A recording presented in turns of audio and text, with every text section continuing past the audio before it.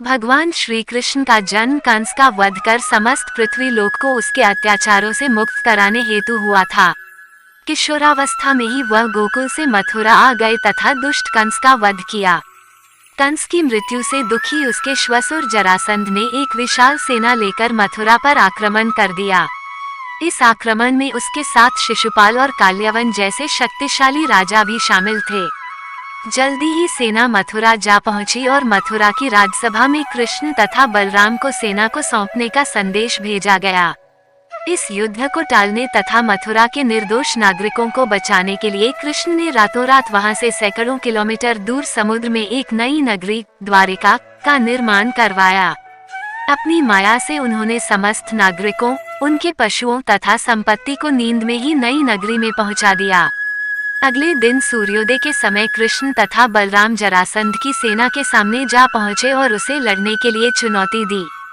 जैसे ही जरासंध और दूसरे राजाओं ने कृष्ण को मारने के लिए शस्त्र उठाए, दोनों भाई भागने लगे। उन भाइयों के पीछे जरासंध तथा काल्यवन जैसे राजा भी भागने लगे।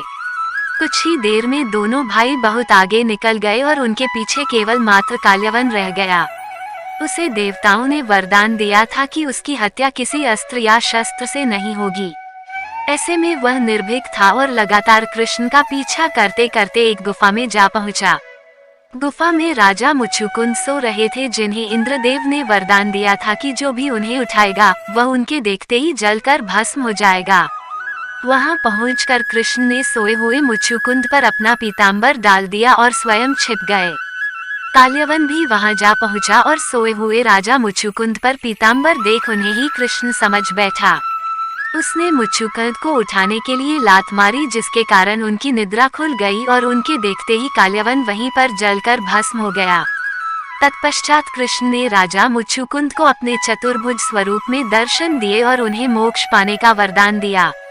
वहीं दूसरी ओर जरासंध और बाकी राजा पूरी तरह से खाली मथुरा देखकर वापस लौट गए। युद्ध से भागकर कृष्ण ने रखा देवताओं के वरदान का मान।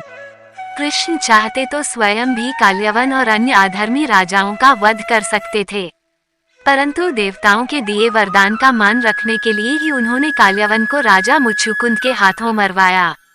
इसी तरह बाद में जरासंध का वध पांडु पुत्र भीम के हाथों करवाकर मथुरा का भार कम किया। इस तरह कृष्ण ने दिया दुनिया को उदाहरण।